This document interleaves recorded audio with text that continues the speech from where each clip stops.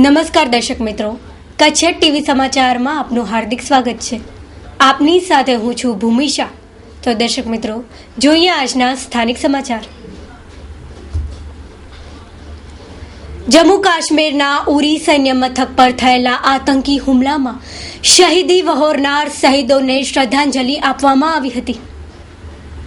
જમ્મુ કાશ્મીરના ઉરી હુમલામાં શહીદ થનાર જવાનોને સમગ્ર દેશ શ્રદ્ધાંજલિ અર્પણ કરી રહ્યો છે, ત્યારે રાપર તાલુકાના આડેસર ખાતે યુવા આડેસર તરફથી આતંકવાદી હુમલામાં વીર શહીદોની આત્માને શાંતિ મળે તે માટે મૌન પાળવામાં આવ્યું હતું, તેમજ નારાઓ લગાવવામાં આવ્યા હતા। પૂતળા દહન સાથે વિરોધ વ્યક્ત કરવામાં આવ્યો હતો, જેમાં બહોળી સંખ્યામાં યુવાનો ઉપસ્થિત રહ્યા હતા। भारत माता की जय हो। शहीद जवानों अमर रहो, जवानों अमर रहो। जब तक सूरज चांद रहेगा शहीदों का नाम रहेगा। जब तक सूरज चांद रहेगा शहीदों का नाम रहेगा।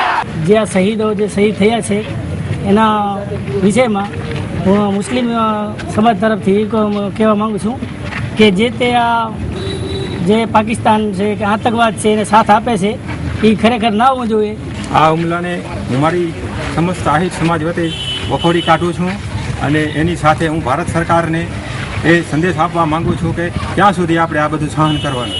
જ્યારે પઠાણકોટ હુમલો થયો ત્યારે આપણી સરકાર એમ કહેતી હતી કે હવે આ નહીં સાંભળી લેવામાં આવે, એ હજી વાત ચાલુ જ હતી, એવામાં આ બીજો હુમલો થઈ ગયો।